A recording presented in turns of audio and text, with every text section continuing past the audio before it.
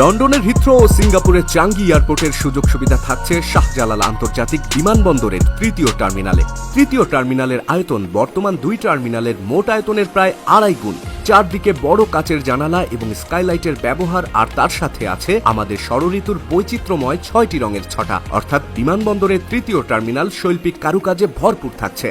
টার্মিনালে থাকছে নানামুখী সুবিধা। যাচ্ছে তাই ভাবে লাগেজ ছুঁড়ে ফেলার বদলে এবার পুরো লাগেজ হ্যান্ডেলিং হবে স্বয়ংক্রিয়ভাবে। লাগেজের জন্য ঘন্টার পর ঘন্টা অপেক্ষা করতে হবে না। কোনো যাত্রী লাগেজ রিসিভ না করলে সেটি স্বয়ংক্রিয়ভাবে চলে যাবে লাগেজের জন্য পৃথক রুমে। এআই সিস্টেমের মাধ্যমে যাত্রীকে বিমানবন্দরে নির্দিষ্ট কাউন্টার ও লাইনে দাঁড়াতে সিগন্যাল দেয়া হবে। একসাথে 37টি বিমান পার্কিং করতে পারবে নতুন টার্মিনালে। থাকবে 26টি বোর্ডিং ব্রিজ, 10টি অটোমেটিক ইমিগ্রেশন কাউন্টারে কোনো পুলিশ থাকবে না, আপনি নিজেই ইমিগ্রেশন সম্পন্ন করতে পারবেন। 56টি ইমিগ্রেশন কাউন্টারে থাকবে ইমিগ্রেশন পুলিশ। এর বাইরে থাকবে নবজাতক সন্তানদের জন্য ব্রেস্ট ফিডিং কর্নার, কানেক্টিং ফ্লাইটের জন্য অপেক্ষারতদের বিনোদনের ব্যবস্থা।